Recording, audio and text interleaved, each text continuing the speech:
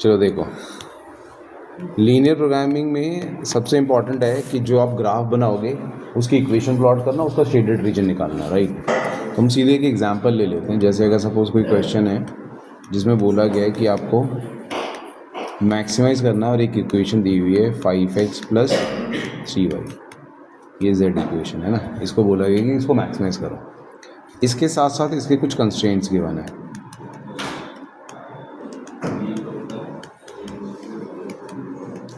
अब कंस्ट्रेंट्स में पहली इक्वेशन है 3x + 5y ≤ 15। दूसरी इक्वेशन है 5x + 2y ≤ 10।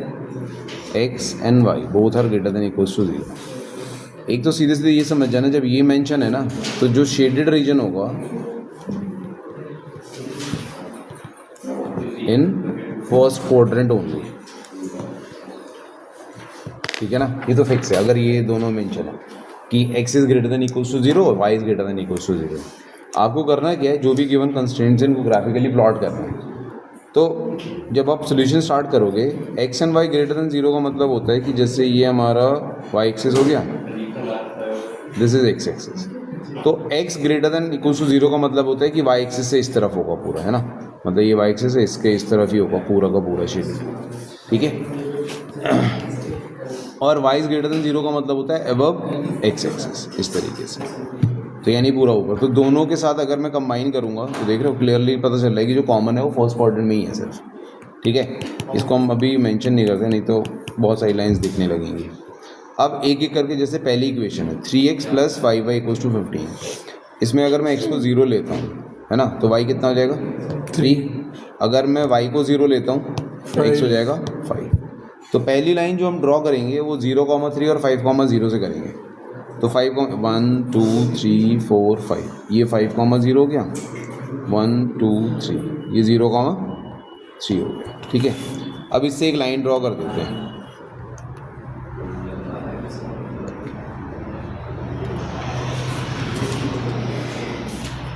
ठीक।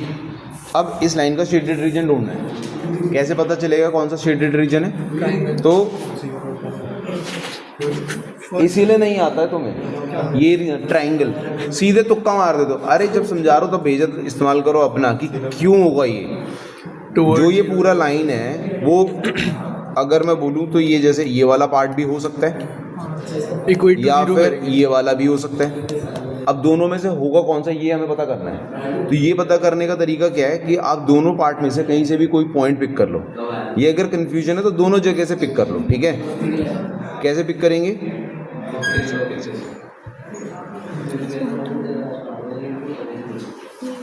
कैसे उठेगा, ठीक है ना। अब दोनों जगह से हमने क्या करना है, एक एक कोऑर्डिनेट चेक करना है।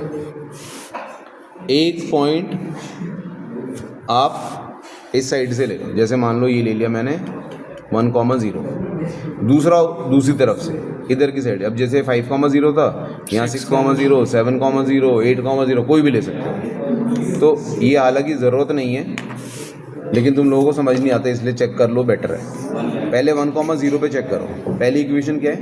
3x + 5y ≤ 15। x की जगह 1 डालेंगे, 3 हो गया। y की जगह 0 डालेंगे, ट्रू है। तो ये ट्रू है। हालांकि इसी से पता चल गया कि 1,0 के टूवर्ड शेड करेंगे, ठीक है ना। लाइक जो शेडिंग होगी वो इस तरफ ही होगी। अब अगर मैं दूसरी तरफ से कोई कोऑर्डिनेट लेके चेक करता हूँ, जैसे 6,0 पे अगर मैं चेक करूँ तो x की जगह 6 डालता हूँ, 6 3 = 18, y की जगह 0, तो 18 इज लेस देन 15 आ रहा है, विच इज फॉल्स। मतलब जो ऑपोजिट साइड का जो पॉइंट है वो सेटिस्फाई नहीं कर रहा है, तो ऑपोजिट साइड को शेड नहीं करेंगे।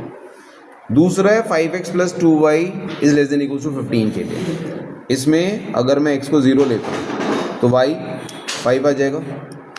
y को अगर मैं 0 लेता हूँ तो x 2 आ जाएगा। यानी अब मुझे 2,0, तो ये पॉइंट हो गया 2,0। दूसरा पॉइंट है 0,5, 4 5, यहाँ पे कहीं पे हो जाएगा, ठीक है। तो दूसरी जो लाइन होगी वो हमारी ये हो जाएगी। अब इसका भी सेम तरीके से चेक करेंगे, ठीक है। तो अब जैसे मैं 0,0 पे चेक करता हूँ तो 0 + 0 इज लेस देन 10, ट्रू आ गया। तो यानी ये टूवर्ड्स ओरिजिन शेड हो जाएगा। तो अब आपको देखना है कि कॉमन रीजन कौन सा है। तो कौन सा कॉमन रीजन? ये पूरा है ना, जो कॉमन शेडेड रीजन होगा हमारा ये पूरा हो जाएगा, क्योंकि ये पार्ट है जो इन चारों लाइन से 1 2 3 4 चारों लाइन से जो सेटिस्फाई कर रहा है वो ये पार्ट है। ठीक है, तो अब आपको क्या करना है, जो भी ये कॉमन शेडेड रीजन है इसके 4 कॉर्नर पॉइंट्स हैं, 1 2 3 4। ठीक है, तो आपको हर एक कॉर्नर पॉइंट्स निकालना है। तो कॉर्नर पॉइंट्स आपके हो जाएंगे 0,0 पहला कॉर्नर पॉइंट, दूसरा ये है 2,0, तीसरा है 0,3 और चौथा ये वाला पॉइंट जो मुझे अभी पता नहीं है।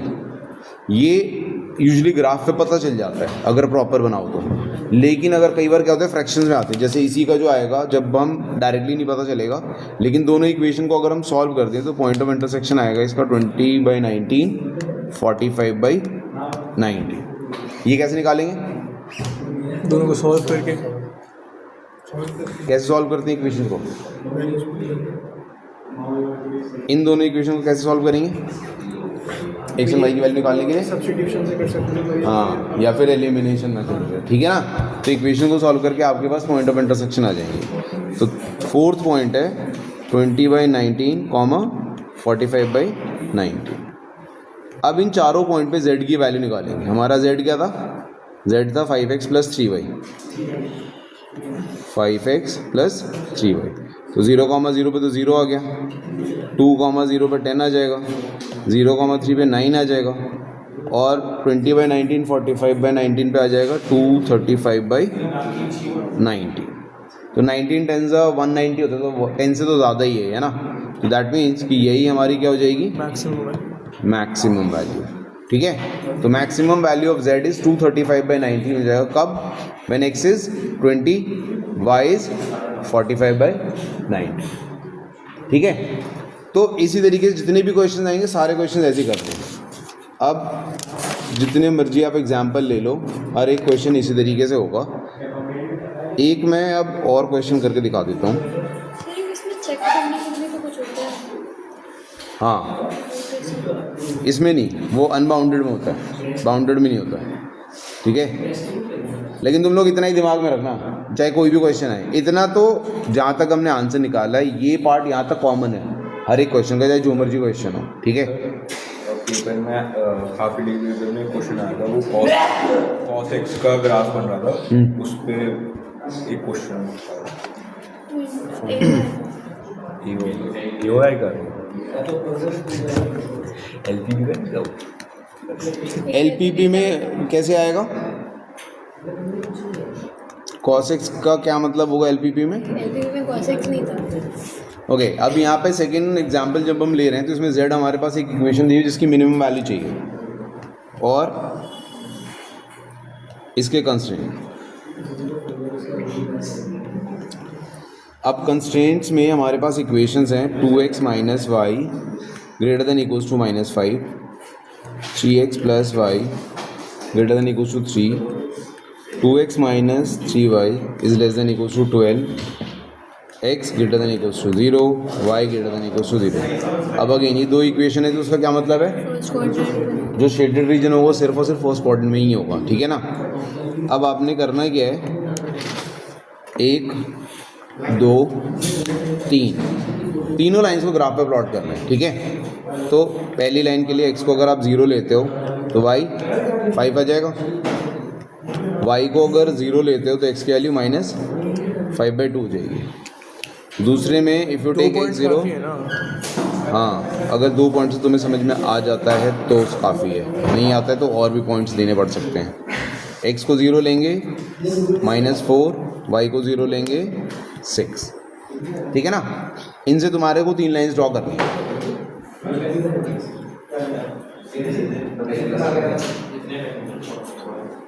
जीरो कॉमा 5 1 2 3 4 5 पहला पॉइंट, -5/2 1 2 3, तो यहाँ पे हो गया।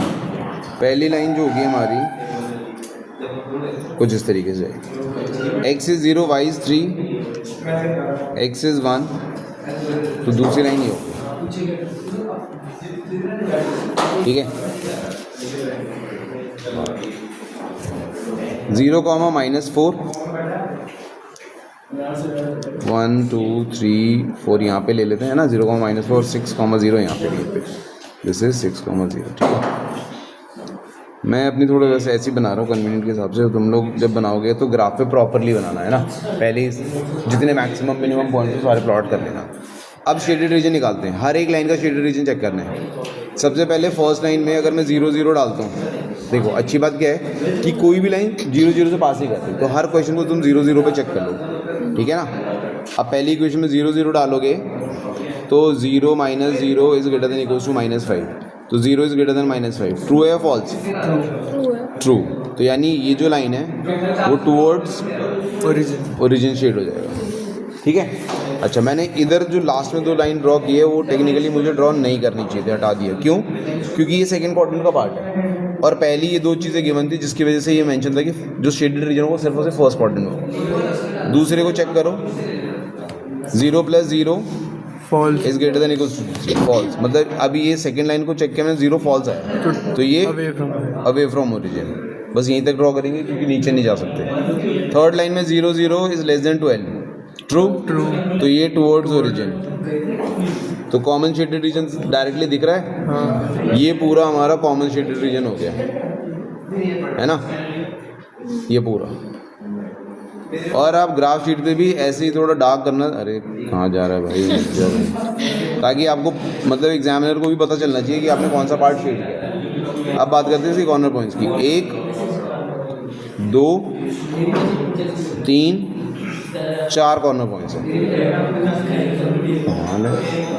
तो आपने क्या करना है, अब कॉर्नर पॉइंट्स लेने हैं, ठीक है।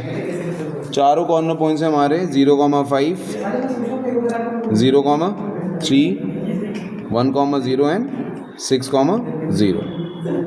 z की इक्वेशन थी हमारे पास -50x + 20y, 0, 5 पे 100 आ गया, 0, 3 पे 60 आ गया, 1, 0 पे -50 आ गया, 6, 0 पे -300 आ गया। तो मिनिमम वैल्यू क्या है? -300। अब अनबाउंडेड, क्योंकि जो रीजन है ना अनबाउंडेड है, तो अनबाउंडेड में एक कंडीशन और है कि इट्स क्वाइट पॉसिबल कि जो मिनिमम वैल्यू है ये भी हो सकती है, डज नॉट एग्जिस्ट भी हो सकता है। वो चेक करने के लिए अब हमें एक टर्म आता है ओपन हाफ प्लेन बोलते हैं इसको हम, ठीक है। बस ये थोड़ा कंफ्यूजिंग सा वर्ड है, लेकिन कहीं दिख जाएगा तो मैं लिखा तो कंफ्यूज मत हो, इसका कोई लेना देना नहीं है। हमने करना सिर्फ इतना है कि जो हमारे पास ये इक्वेशन है ना -50x + 20y और जो z की मिनिमम वैल्यू आई है उसको लेके -<300, इसके लिए एक डॉटेड लाइन और ड्रॉ करनी है। तो जो z की इक्वेशन है दैट इज लेस देन, यानी स्ट्रिक्ट इनइक्वालिटी है -300 के लिए।